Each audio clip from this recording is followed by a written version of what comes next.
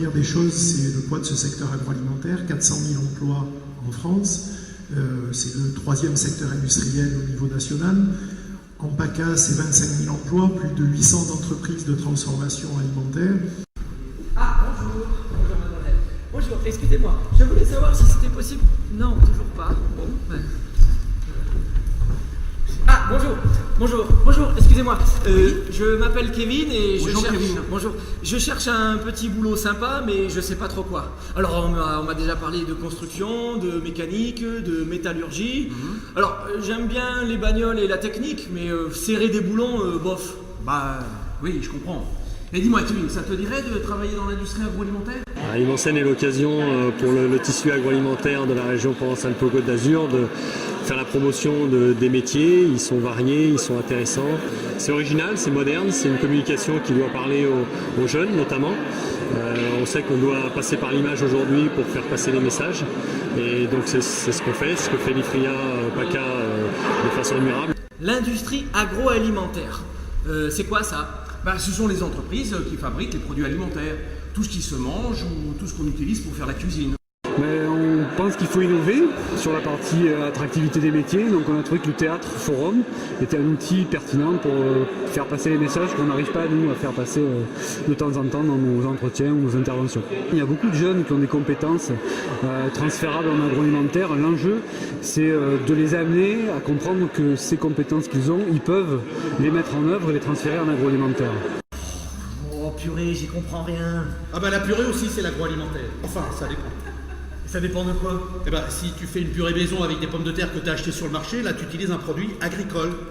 Ah non, moi je fais chauffer le lait et puis je jette les trucs dedans là. Ah bah les trucs dedans là comme tu dis que tu jettes, ça c'est des flocons de pommes de terre, ils sont fabriqués dans une entreprise agroalimentaire. C'est difficile d'être recruté parce que les codes sont bien gardés chez les recruteurs et que aujourd'hui on apprend beaucoup de choses à l'école mais on n'apprend pas du tout à se positionner sur le marché. Et pour moi, voilà, c'est compliqué pour eux d'arriver sur... quand on est jeune, on sort du système scolaire, faut tout découvrir. Enrichissant et puis le partage. Le partage. Il m'embrouille un peu là avec tous ces trucs là. Écoute, l'agroalimentaire c'est une industrie dynamique. Tu vois, ils s'intéressent à ta façon de manger. Et ils inventent tout le temps des produits sympas, nouveaux, modernes. Oui, ça m'a intéressé, ça m'a appris des choses sur l'agroalimentaire, hein. Des trucs que je connaissais pas. C'est mieux à l'oral comme ça, jouer, ça passe mieux. Pourquoi pas, je voudrais apprendre en fait. Voilà. Après, je voudrais essayer, pourquoi pas. La technique ne suffit pas. Et de plus en plus, les entreprises aujourd'hui recherchent des personnes fiables, pouvant appliquer les procédures de travail. Comme toi, tu appliques les règles de conduite. En fait, le plus important c'est le comportement, le savoir-être. À partir du moment où on a la bonne attitude, c'est beaucoup plus facile d'acquérir les connaissances et les savoir-faire. Enrichissante et originale. Voilà, donc nous sommes en vue de recruter une personne en production pour remplacer notre chef d'atelier Maxime. D'accord, et cette personne doit quitter l'entreprise? Oui, il doit partir à la retraite d'ici 1 an ou 2. À refaire et puis ça fait venir du monde et ça permet de se rencontrer et d'échanger ce qu'on ne prend pas le temps de faire en autre moment, donc c'est bien. Alors, vous n'avez pas d'expérience dans notre secteur, mais je vois quand même sur votre CV que vous avez fait bon nombre de missions intérimaires. Oui, dans le conditionnement. Ah, très bien. Et dans le conditionnement de quoi? Alors j'ai fait des ustensiles de cuisine, des produits ménagers, des livres. Très bien. Oui, et aussi des fruits et légumes. Oui, ma seule expérience dans l'agroalimentaire. Eh bien, écoutez, c'est très bien. Non, mais vous savez, c'est très important d'avoir différentes expériences dans les missions intérimaires parce que ça prouve que vous êtes polyvalent. Et vous savez, monsieur Leclerc, la polyvalence, c'est très important dans l'entreprise aujourd'hui. J'avais des jeunes juste derrière moi.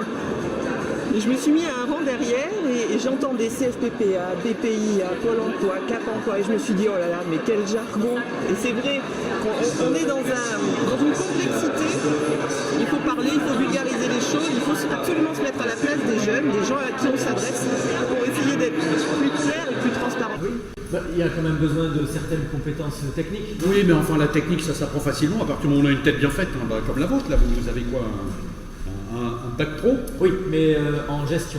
Oui, moi j'ai un CAP de coiffure. Très très représentative de ce qui peut se passer, de ce que l'on vit nous au quotidien en tant que recruteur, puisque je suis amenée à recruter des personnes, du personnel.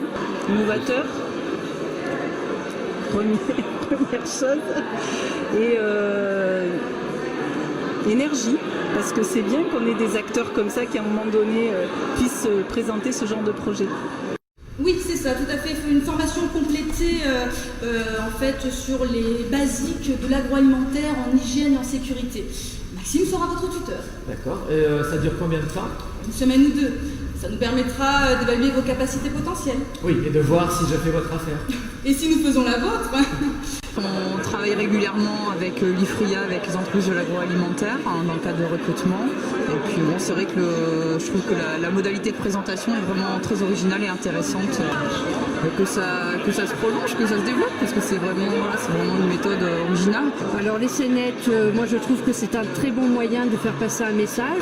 Eh bien, écoutez, le mot, une note très positive, c'est-à-dire qu'effectivement il y a plein de messages qui sont passés, et l'agroalimentaire est un métier qui recrute, donc allons-y. Des belles BMW, tu vois. Ah oui, je vois.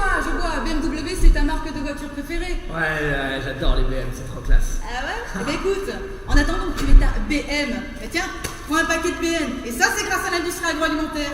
Oh, le jeu de mots bidon. Oui, je sais, c'est nul. Mais bon, pour l'attirer dans l'agroalimentaire, tous les moyens sont bons. On a été un peu pionnier, innovateur, et là on espère que l'événement va se reproduire sur d'autres villes, dans d'autres régions. Voilà. Merci à vous. Quand on dit conducteur de ligne, Kevin, ça veut dire conducteur de ligne de production, parce que les machines sont les unes derrière les autres. Par exemple, la première, elle met le sucre dans les sachets, la deuxième regroupe les sachets dans un carton, la troisième ferme le carton et colle l'étiquette, et la quatrième empile les cartons sur une palette. D'accord. Ah ouais, mais pour faire tout ça, il doit y avoir des usines très très grandes. Et du coup, un train pour circuler, ce serait pas du luxe, hein? Quelqu'un a un pot de Nutella dans la salle, là? C'est pas des métiers qu'on voit tous les jours. Ce qu'on voit, c'est plutôt des métiers dans la vente, des choses comme ça. Mais les métiers de l'agroalimentaire, c'est un peu plus caché, mais qu'on en parle encore plus, puisqu'il y a des débouchés dans ce secteur-là.